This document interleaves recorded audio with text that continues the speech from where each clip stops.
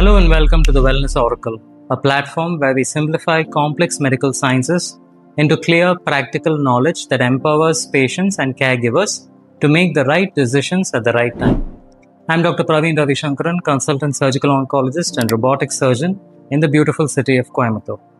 A significant part of my clinical work is dedicated to the management of gastrointestinal cancers, particularly carcinoma of the esophagus. Over the years, I have managed a large number of patients across all stages, from early cancers amenable to minimal invasive curative surgery to complex locally advanced tumors requiring multimodal treatment and even advanced metastatic diseases where our focus shifts entirely to the quality of life of the patient. With the evolution of robotic-assisted esophagectomy, we are now able to perform highly precise surgeries with better visualization, meticulous lymph node dissection, and significantly improved recovery profiles. Robotic surgery has become a game changer in how we treat esophageal cancers today.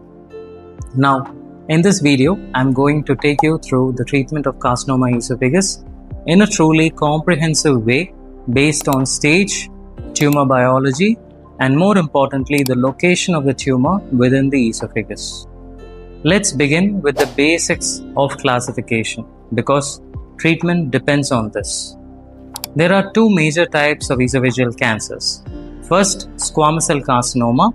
This typically occurs in the upper and middle third of the esophagus and is strongly associated with smoking, alcohol, and certain dietary factors. Second is adenocarcinoma. This usually occurs in the lower third of the esophagus and in the esophageogastric junction and is closely linked to acid reflux, Barrett's esophagus, and obesity. This distinction is not just academic, it directly influences treatment planning. Now, let's talk about the anatomical classification because this is equally important. We divide the esophagus into three parts: upper third, middle third, and lower third, and the esophageogastric junction that connects the esophagus with the stomach. Each location behaves differently and requires a different surgical and oncological strategy. Now, let's build on this step by step and stage wise. Stage 0 and early stage disease is superficial disease. At this stage, tumor is confined to the inner layers of the esophagus. In selected cases, which are early, especially small lesions, we can perform endoscopic mucosal resection or EMR or endoscopic submucosal dissection or ESD, completely avoiding major surgeries. This is more commonly applicable in early adenocarcinoma and selected squamous lesions. Strong evidence from gastrointestinal oncology and oncological literature supports endoscopic treatment as curative option in T1A or very early disease with excellent long-term outcomes. However, once the tumor invades deeper layers, that is, it becomes T1B, the risk of lymph node spread increases.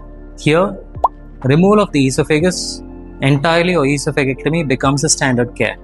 And today, this is where robotic esophagectomy offers a major advantage, allowing precise dissection, 3D vision, excellent lymphadenectomy, and reduced morbidity compared to that of the open surgery. Stage 2 or stage 3, which are locally advanced diseases, this is where the treatment becomes more complex and multidisciplinary. At this stage, tumor has invaded the deeper layers or lymph nodes.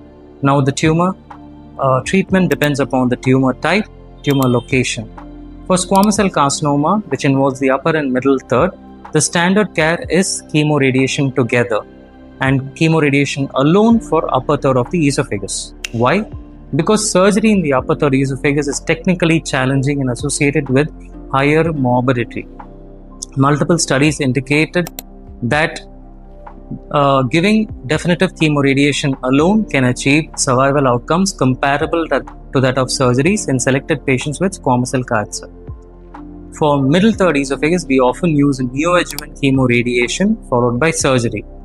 This approach is strongly supported by the CROSS trial, which demonstrates significant improved survival with neoadjuvant chemoradiation followed by surgery compared to that of surgery alone.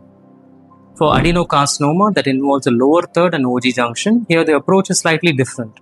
We commonly use perioperative chemotherapy such as FLOT regimen. neoadjuvant chemoradiation can also be given. The FLOT4 trial showed improved overall survival with perioperative chemotherapy compared to older regimens. For OG junction tumors, the classification known as Sievert's classification guides the treatment. Now, after neoadjuvant therapy, we proceed with surgery. This is where robotic surgery becomes critically important because after chemotherapy and radiation, the tissues there become very fibrotic. The planes are difficult and the risk of complication increases. The robotic platform allows superior 3D visualization, precise dissection, better preservation of vital structures. Studies comparing robotic esophagectomy versus open surgery have shown reduced pulmonary complication, shorter ICU stay, better postoperative outcome with robotic surgery. And importantly, oncological outcomes are equivalent if not superior in very experienced hands.